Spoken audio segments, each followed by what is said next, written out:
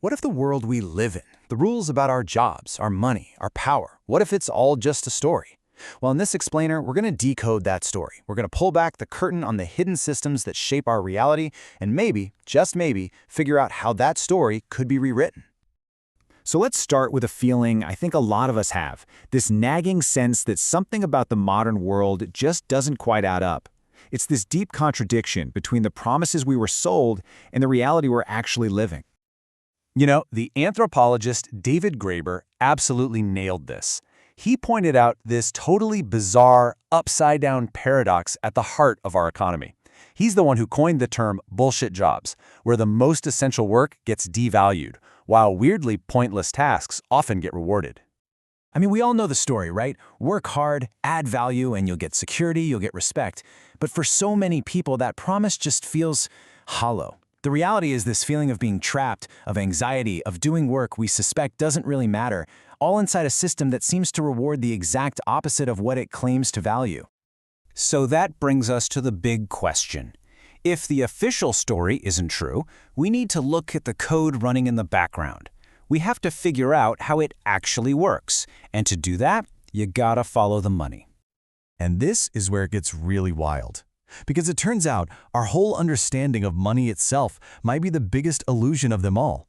A carefully built story that hides an almost unbelievable amount of power. Let's start with a question that's so basic we almost never stop to ask it. But trust me, the answer changes literally everything. Okay, so the story we all got in school is that banks are basically just safe boxes. You put your savings in, and they lend that same money out to someone else. It's a simple, comforting picture, and it is completely, fundamentally wrong. Here is the big reveal, and it's a shocker. The sources are crystal clear on this. That textbook story is a total myth. The reality is that banks are not just movers of money, they are the primary creators of it. And this is how the magic trick works. Private banks create almost our entire money supply out of thin air. It's not printed, it's not mined from the ground, it's just an accounting entry. When you get a loan, a banker literally types numbers into your account and poof, new money exists.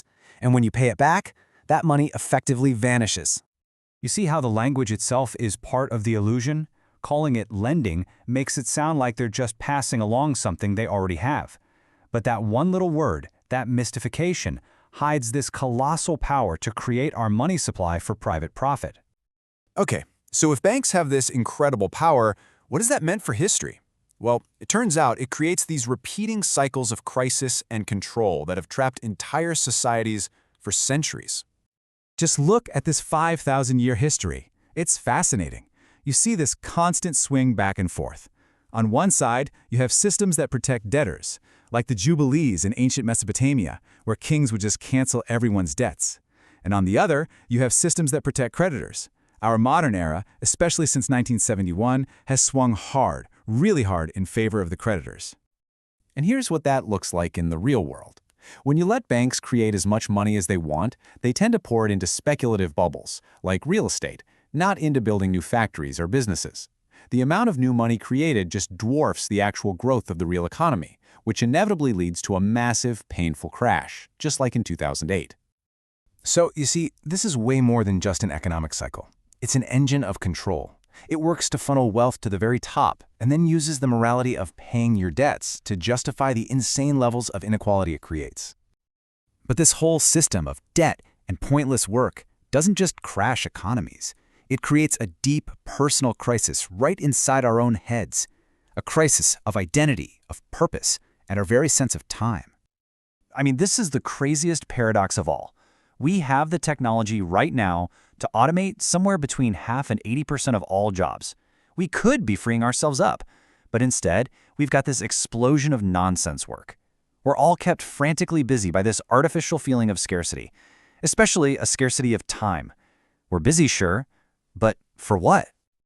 And this has a huge psychological cost. When work loses its meaning, when our online lives feel totally disconnected, it creates this identity vacuum. The theorist Marshall McLuhan saw this coming. He argued that when people lose their sense of self, they start a desperate and sometimes even violent search to find a new one. And that reveals the most subtle and powerful form of control today. It isn't about brute force, it's about engineering burnout. It crushes dissent with just sheer pandemonium. It keeps us anxious, distracted, glued to what our sources call communicational parasites. Yeah, your phone, making it almost impossible to organize or to even think clearly about an alternative. So, if the current system is totally unsustainable, where on earth do we go from here? Well, the sources we dug into lay out two very, very different paths for what could come next.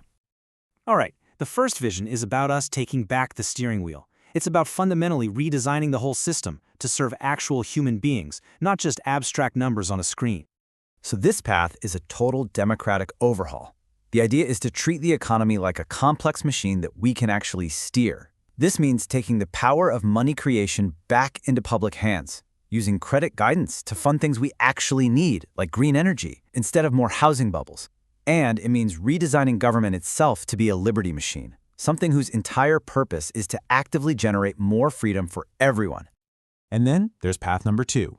This one is way more radical. It suggests we shouldn't even try to control the system. We should just unleash it. Yeah, this vision is called accelerationism. It argues that capitalism is like a rocket that is already launched and it's beyond our control. So the goal isn't to hit the brakes, it's to slam down on the accelerator. This means using tech like blockchain to just bypass governments and accepting that the system's true goal isn't our freedom, but its own evolution.